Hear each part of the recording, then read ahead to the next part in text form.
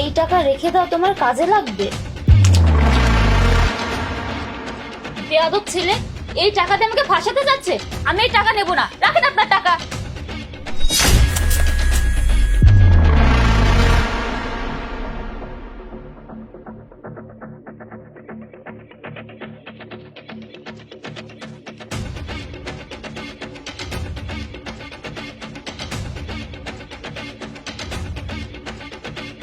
এই টাকা রেখে দাও, তোমার কাজে লাগবে।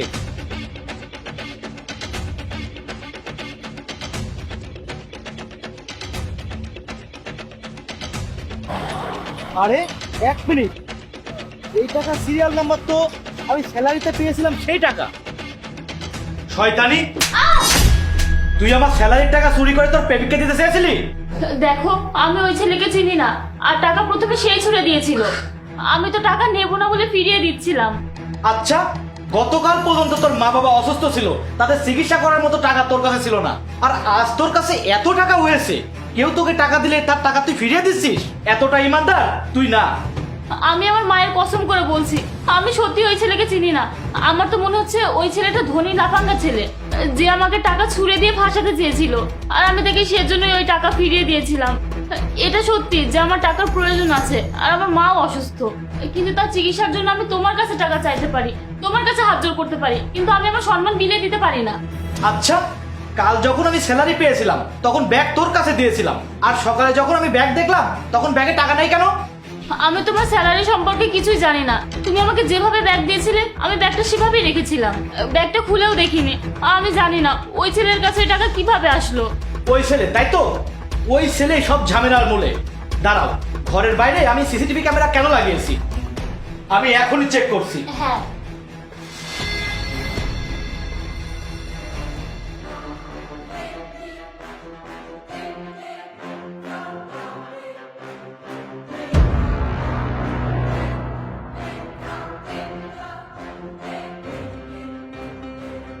দেখেছো, আমি তোমাকে বলেছিলাম না টাকা প্রথমে সেই ছুড়ে দিয়েছিল।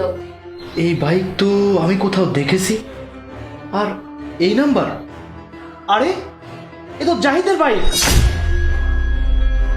তার মানে জাহিদ। দেখুন জাহিদ ভাই, আমাকে সব সত্যি করে বলুন, কি চলছে আপনাদের দুজনের মধ্যে?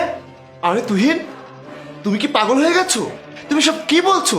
তোমার স্ত্রী আমার বোনের মতো, আর তুমি আমাদের কি নিয়ে এরকম নোংরা কিছু ভাবছো? আরে তুহিন, আমি তো এসব কিছু করেছি শুধুমাত্র তাকে সাহায্য করার জন্য, কারণ তুমি তাকে সাহায্য করছো না। আর এটা শুধু একবার না, জানি না, আমি নিজের চোখেই কতবার দেখেছি। তুহিন, তাড়াতাড়ি এসো, অফিসে দেরি হয়ে যাচ্ছে। আমার কিছু টাকা লাগবে, আমার মায়ের শরীর খুব খারাপ, আর তার কাছে চিকিৎসা করার মতো টাকা নেই। আমি তোমাকে কতবার বলেছি তোমার ফ্যামিলির ব্যাপারে আমার কোনো লেনাদেনা নেই, আর আমার টাকা গাছের পাতা না, বেকুব জানি কোথাকার। আর তুমি কখনো আমার এভাবে রাস্তা আটকাবে না। এই জন্যই আমরা কাল যখন স্যালারি পেয়েছিলাম, অফিস থেকে বের হয়েই আমি তোমার ব্যাগ থেকে স্যালারির টাকা বের করে নিয়েছিলাম, আর সেই টাকাই আজ সকালে আমি অপুকে দিতে এসেছিলাম। কিন্তু অপু সেই টাকা নেয়নি, আমাকে ফিরিয়ে দিতে চেয়েছিল, আর সেই টাকাই তোমার সামনে পড়েছিল। আমি ভুল করেছি, আমি আমার স্ত্রীকে কতটা কষ্ট দিয়েছি, কিন্তু সে সবসময় স্ত্রীর দায়িত্ব ঠিকই পালন করেছে। এত সমস্যায় থাকার পরও সে খারাপভাবে কারোর কাছ থেকে টাকা নেয়নি। সত্যি আমি কতটা ভাগ্যবান এমন একটা স্ত্রী পেয়েছি, আর আমি কতটা বোকা আমি বুঝতেই পারিনি। অপু, আমি আমার ভুলের জন্য ক্ষমা চাচ্ছি, প্লিজ তুমি আমাকে ক্ষমা করে দাও। আরে এভাবে বলছো কেন?